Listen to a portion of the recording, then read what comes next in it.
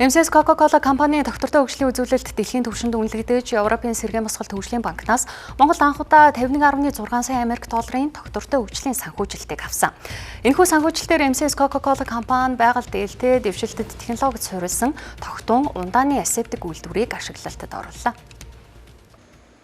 МСС Coca-Cola компанийн хурай технологид суурилсан асептик үйлдвэр ашиглалтанд орсноор дэлхийн 200 гаруй орны зах зээлд борлуулж буй олон төрлийн бүтээгдэхүүнийг Монголын хэрэглэгчдэд хүргэж цаашлаад цай жуусны импортыг орлох боломж бүрдлээ.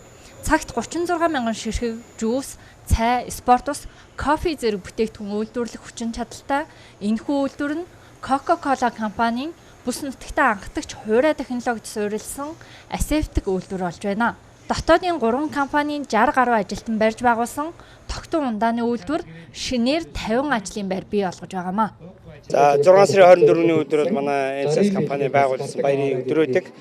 За манайх одоо 1200 орчим ажиллагчтай улсын одоо хэмжээнд томоохон татвар төлөгч аж ахуйн нэгж болоод байна.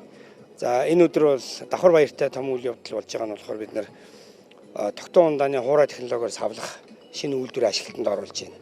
За энэ төсөл бол бид 4 жилийн өмнөөс одоо ажиллаж эхэлсэн төсөл байгаа. Сүүлийн 2 жил бол тооны төхөөрөмжийн сонголт, суйрлуулалт, технологийн ажил хийгдэж ирлээ. За ингээд одоо 7 сарын 1-ээр бол бид нар одоо шинэ бүтээгдэхүүнээ танилцуулж хэрэглэгчдэд хүрэхэд бэлэн болоод. МСС Coca-Cola компанийн хувьд байгаль дээлтэй үйл ажиллагаа нь олон улсын стандартад нийцдэг. Энэ нь манай банкнаас тогтвортой хөгжлийн зээл олгоход гол нь нөлөөлсөн. Энэхүү үйлдвэр нь Монгол улсад төлөвгүй бүс нутагтаа анхдагч болж байгаад баяртай байна. Мөн энэ төсөл нь салбартаа жишг болж байгаагаараа онцлогтой.